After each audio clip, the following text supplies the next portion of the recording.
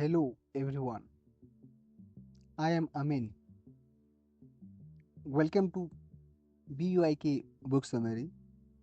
Here we decide the mindset and story of the world's most successful icon and the most powerful books that saved them. Our mission is to bring you deep insight, your personal growth, joining me to simplify this concept is my AI research co-host. Let's dive into today's journey of knowledge.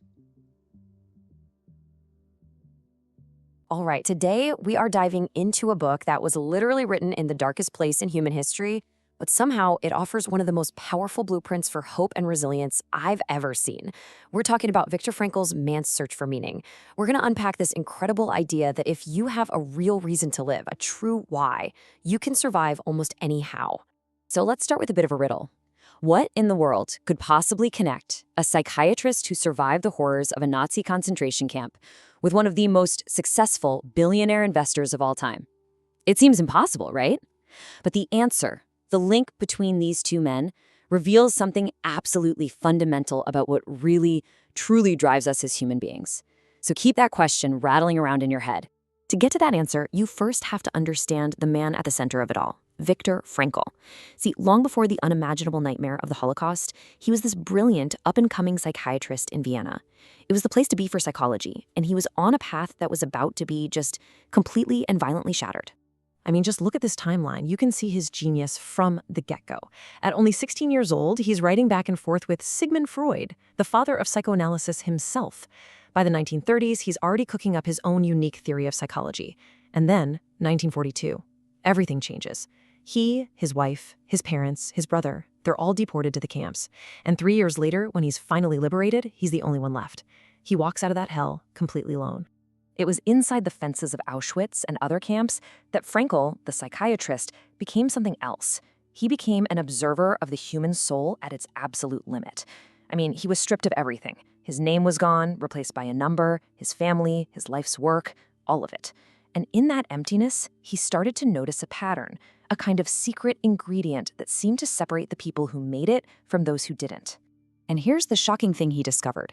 It wasn't about physical strength. In fact, he saw the strongest, healthiest men often give up first. The ones who survived, they were the ones who had a why. They had a purpose they were clinging to. Maybe it was a child they had to see again, or a book they needed to finish writing, or a loved one they dreamed of holding. Frankl realized that our will to live is fueled by a will to find meaning. Without that why, the body just gives up. And for him, this idea became intensely personal.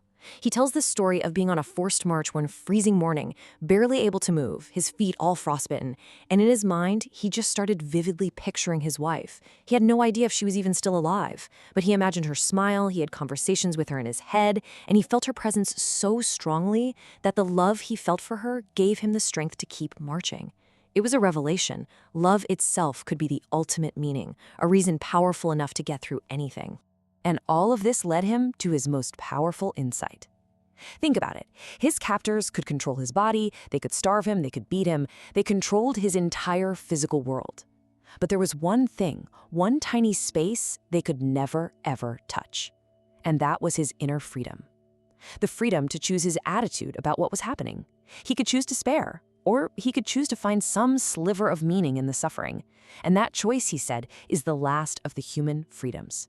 It can never be taken away. So when Frankl was finally free, he didn't channel his experience into hatred or revenge. He channeled it into healing. He took all of these profound lessons learned in the darkest of places and refined them into an entire school of psychotherapy. He called it logotherapy, a philosophy that was literally born from pain. So what exactly is logotherapy? Well, the word logos is Greek for meaning. And this is where Frankl really broke away from his old pen pal Freud. You see, Freud thought our main drive in life was the pursuit of pleasure. Frankl said, no, that's not it. He argued that our deepest, most powerful human drive is our search for meaning. We are creatures who desperately need a purpose for our lives. And he said we can find this meaning in one of three ways. First, through our work, by creating something or accomplishing a task. Second, through love, by connecting with another person or experiencing the beauty of the world.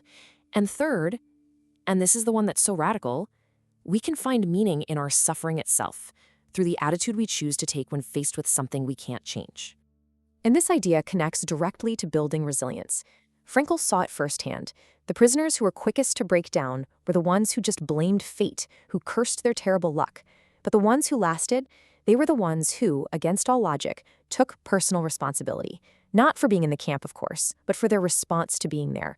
They owned that one thing they could control, their own inner freedom. Okay, so this brings us all the way back to our riddle.